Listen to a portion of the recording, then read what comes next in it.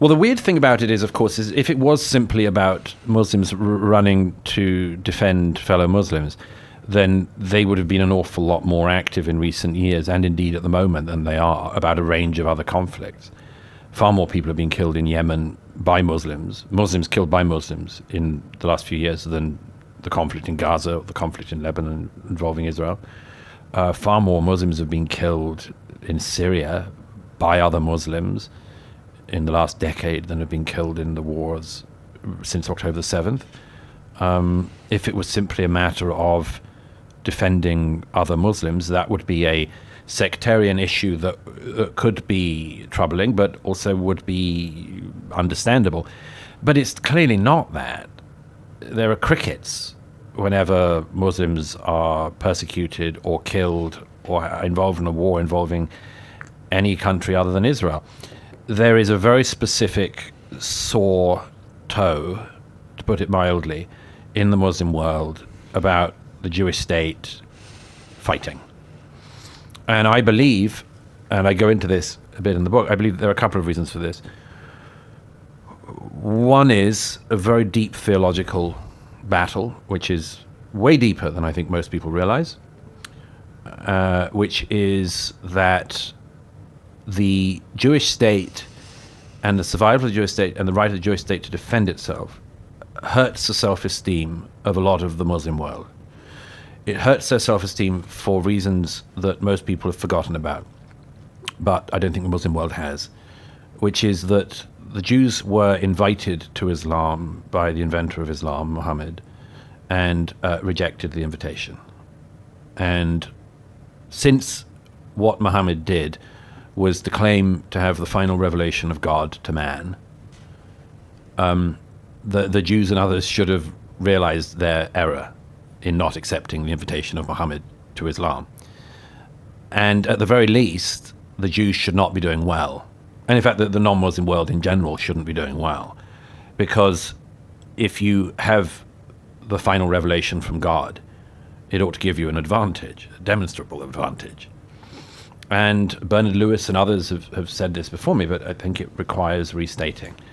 If you believe you have the final revelation from God, and your societies are not good, and your standard of living is not good, and the opportunities for your young men and women to improve their lives are not good, that's bad in itself. But if you look nearby, next door, to another country in the same region with actually fewer of the natural resources and much more, that's doing well economically, socially, societally, this is a deep affront, because that affront is, why are they succeeding where we are not? When Sure. we are the ones, the Muslim world, who have the revelation. We are the ones who God spoke to last.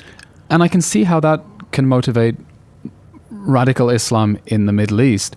The question is whether you don't think that this is a little bit overextension in armchair analysis, in saying, armchair psychologizing, in saying that the same dynamic is motivating your average Muslim from Tower Hamlets to go and protest against Israel as a Saturday afternoon family fun day. Well, first thing is I don't do armchair analysis much, but everything I've seen by not being in an armchair suggests to me, and this is the case in Tower Hamlets or anywhere else you like to look in Europe or the West, this is the motivating thing. This is how Muslims in the West get angry and upset. It's why, and it's a very unpleasant thing, but it is the fact, and we have to look at it. It's why you can predict with uncanny certainty a Western politician's view of this conflict depending on their own religious inheritance. This is very, very unpleasant to admit, but in Scotland, the former First Minister, Hamza Yusuf, Muslim, happens to have a wife who's Palestinian, so perhaps he has a specific issue there, but it was Gaza from the moment October the 7th happened. First Muslim minister in Australia, Gaza from the moment it happened. Ilhan Omar in the US, and so Rashida Tlaib, Gaza. Whereas, for instance, Rishi Sunak or Suella Braverman also of immigrant descent, like most of the Muslim populations, of immigrant descent, but not of Muslim immigrant descent. And therefore, it seems not wildly het up for ideological, theological, religious reasons, sectarian reasons, about the conflicts involving Israel. And in Do you fact, think that these Muslim politicians in the West are especially agitated about Israel because they see Israel's existence as some great affront yes, to Islam? Yes, of course it is. Of course it is. It's an extremely deep thing. And Jews fighting for their existence and winning is a very, very deep affront. And there's one other thing I would add to that, which is at an equally, almost as deep a level, which is this. And again, it's something I go into in the book, but there is only one place in the world, one community, part of the world, in which Nazi-style anti-Semitism remains commonplace, indeed rife and commonplace, and that is the Muslim world. And as I say in Nazi-style anti-Semitism. Pure Nazi-style anti-Semitism. That's a big claim. You're going to have to back it up. Yeah, sure. At the end of World War II, the Nazis were either tried and hanged, or the ones who survived scuttled off like rats to South America and a few other places in the world. Syria, of course, in some cases. But Nazi anti-Semitism was for, I think, the whole period since 1945, completely, utterly destroyed on the field of ideas as well as on the field of battle. And there is only one part of the world where that is not the case, and it's the Muslim world. And I mentioned this very, very interesting, to my mind, part of intellectual history, which it's worth noting, which is that after World War II, the only place in the world which welcomed a Nazi war criminal home as a hero was the Muslim world. I'm talking, of course, of the Grand Mufti, al-Husseini, who... Ireland still has a statue to a Nazi supporter, doesn't it? It does indeed. I went to visit it some years ago. But okay, with the exception of Ireland. But with the exception of Ireland, which which I'm very, very happy to get into. Sean Russell, yes, died on a IRA leader, died on a Nazi U-boat, and of course, post-war Irish government that had maintained such a strict neutrality during the war put up a statue to Sean Russell, and whenever his statue has been defaced, has always mended the statue, which has always been interesting to me. But yes, so in Dublin, rather, you can visit Sean Russell's statue, dead Nazi and IRA leader. But the one real place in the world where a Nazi leader returned home was al-Husseini, who, of course, famously went to Hitler and offered to create SS units in the Middle East to do the extermination of Jews in the Middle East as well as in Europe. And after the war, al-Husseini, it's a very interesting story, but the French wanted him for war crimes for various, say, murky reasons. He ends up in Yugoslavia at one point, detained. They're going to try him there. But in 1946, he returns home to Egypt, and we have the records of Egyptian public radio when the Grand Mufti returns from Europe. And we have the statement that was read out by Hassan al-Banna, the founder of the Muslim Brotherhood, who welcomes al-Husseini home. And what is said is that say paraphrasing, the exact quotes in the book, what is said is the scourge of the Jews, the lion of the Muslims has returned to us. It's the only place, Egypt, it's the only place where a Nazi came home and was welcomed as a victor. And my belief is that my observation of my eyes in many parts of the Muslim world, in Egypt, in the Middle East, is that it's the one bit of the world where Nazi anti-Semitism and Nazi texts are mainstream. Whether it's a Cairo railway station or a home in Gaza, it's the only part of the world where you will find copies of Mein Kampf being read and sold not for scholarly or historical interest, but as a how-to manual. why is it that so many of the soldiers of the IDF who've been going house to house in Gaza in the last year and a half have been finding just in house after house, and always, they say, with a marked radicalization since 2014 for the ones who are involved in that conflict as well? Why do they keep finding Mein Kampf?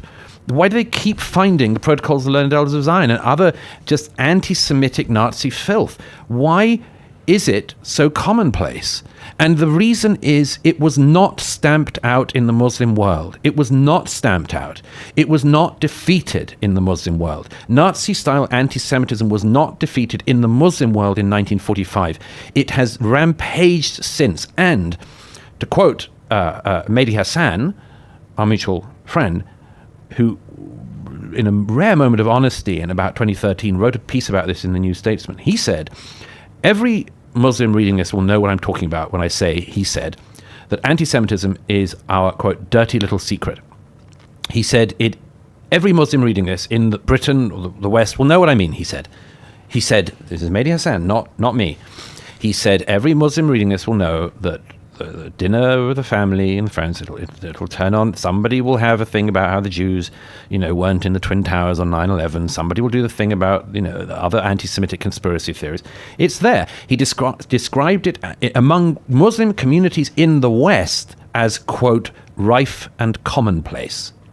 Now, a rare moment of honesty, indeed. A rare moment of honesty. I don't know how he managed it. But this, if this was any other community, if we discovered that there was a political sect, and there could be in the future, there could be such a sect in the future, or group, or political gathering, as there has been in the past. But if there was a political or religious sect in which Nazi-style anti-Semitism was rife and commonplace, I believe we would want to root that out. We would want to challenge it. We would want to confront it. We would want to solve it. We would want to redress that problem. But going back to that thing that Ruth Wise said, not many people seem to want to do that job. They can identify that the Jews are the victims of anti-Semitism, but they cannot identify who the culprits are. When there was that anti-Jewish pogrom, effectively, in Amsterdam some months ago. Remember when the Israeli soccer team was playing? It was the Maccabees, wasn't it, I think? Maccabi Tel Aviv, I think. Yeah, it was playing in Amsterdam. And it seemed that local Uber drivers, which is interesting, were communicating with each other and then ended up sort of, helping to pile on and get people to pile on to these Israelis who were in town and beat them up and chase them through the street. It was a premeditated lynch. It was a premeditated lynch, right. So look at the coverage of that in almost all of the media. It was, local Dutch people attacked visiting Israelis. And I don't think that's at all an analysis of the granular kind we need, which is who was it Dutch people running out of windmills in their clogs, finding a Jew and beating them? Was it? Because if it is, then the Dutch people have to address that and say, how the hell in the 2020s is the Dutch population so incredibly forgetting of the worst times in Dutch history? But no one thinks that is the case. Well, the weird thing about it is, of course, is if it was simply about Muslims running to defend fellow Muslims, then they would have been an awful lot more active in recent years, and indeed at the moment, than they are about a range of other conflicts. Far more people have been killed in Yemen by Muslims killed by Muslims in the last few years than the conflict in Gaza, or the conflict in Lebanon involving Israel. Far more Muslims have been killed in Syria by other Muslims in the last decade than have been killed in the wars since October the 7th. If it was simply a matter of defending other Muslims, that would be a sectarian issue that could be troubling, but also would be understandable. But it's clearly not that. There are crickets whenever Muslims are persecuted or killed or involved in a war involving any country other than Israel. There is a very specific sore toe, to put it mildly, in the Muslim world about the Jewish state fighting. And I believe, and I go into this a bit in the book, I believe there are a couple of reasons for this. One is a very deep theological battle, which is way deeper than I think most people realize.